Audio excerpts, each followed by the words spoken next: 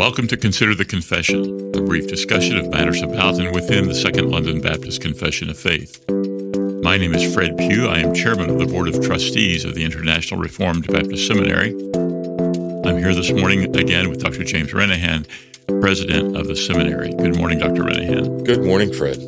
Dr. Renihan, in our last episode, you gave us some background to the First London Confession of Faith and the political circumstances that were taking place. I wonder if you might pick up where you left off and give us some more information about the political times that we're dealing with. These things are important, and they do affect the way that the confession phrases itself in terms of the civil magistrate. We left off last time with the execution of King Charles I in January of 1649.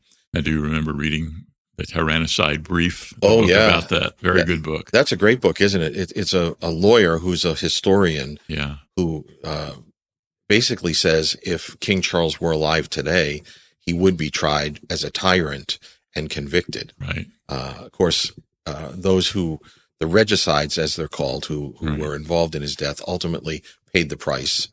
But with their lives, when his son came back to the throne. But so we left off with the king being executed, which created its own crisis because now England has no monarch, and his son flees, and so England has to sort out how to rule. Well, maybe we need to go backwards by a year or so and talk about the Rump Parliament. The Long Parliament is given that name because it lasted for a decade. But in 1649 or 1648, something called Pride's Purge took place.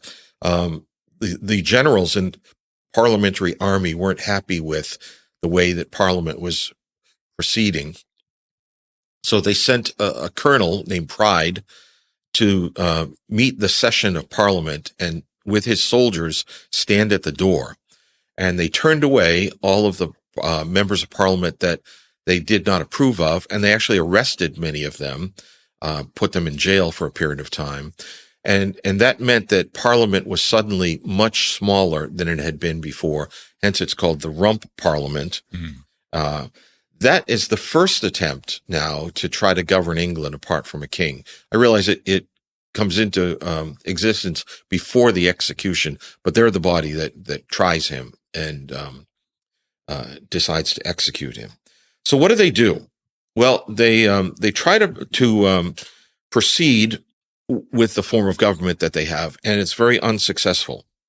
So that parliament is dissolved, and in 1653, a proposal is made to create what has been known as the Parliament of the Saints, or sometimes Barebones Parliament, because, praise God, Barebones was one of the members, and he's got one of the more unusual names. He does, certainly does. The history of the church. And the idea, to some degree, was that members of Puritan churches would be the best candidates to serve the nation in politics. So the Parliament of the Saints was created. It lasted from July until December because it was obvious that they were inept and could not govern the nation. So it had to be dissolved. And then what do? We're England is going through a whole series of processes to try to find some way to govern itself. Now, an instrument of government is created, and the Protectorate of Oliver Cromwell is put in place. So he's installed as Lord Protector with the desire to move forward. So now he's in a sense, he's not a king, but he's functioning in the role that the monarch would have alongside a parliament. So there's a Protectorate Parliament that's basically subject to him, and there's Cromwell next to it. Well, in 1655, he dissolves the Protectorate Parliament, which led to rule by generals in the army. Now, once again, Parliament isn't working, so you need somebody. So they create a system in which the generals of the army have districts over which they rule. So you kind of have a military government now from 1655 on. Are they all reporting to Cromwell? Yes. Yeah. Okay. Yeah. Yeah. So he's the Lord Protector. He's consolidating his power. I don't know if that's the best way to put it, but certainly he's the man at the top of the triangle.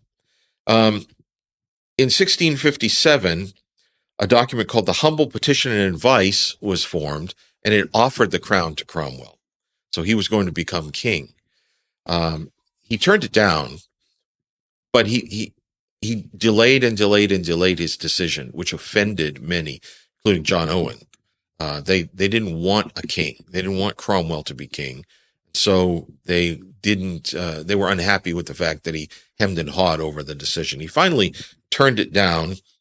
And then the next year he died, which again creates a crisis. His son comes to be Lord Protector after him. But his son had many opponents, and those opponents undermined his reign.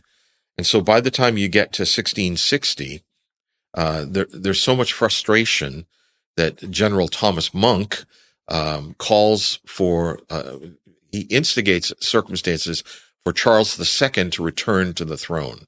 And he's invited back to the throne in 1660. So once again, England will have a king, and they'll have a new parliament that will be amenable to the wishes of the king and the bishops of the Church of England, not a Puritan-leaning parliament. So there's a lot yet to be discussed here, and especially how it affects the particular Baptist churches, but we'll take that up in our next session. Very good.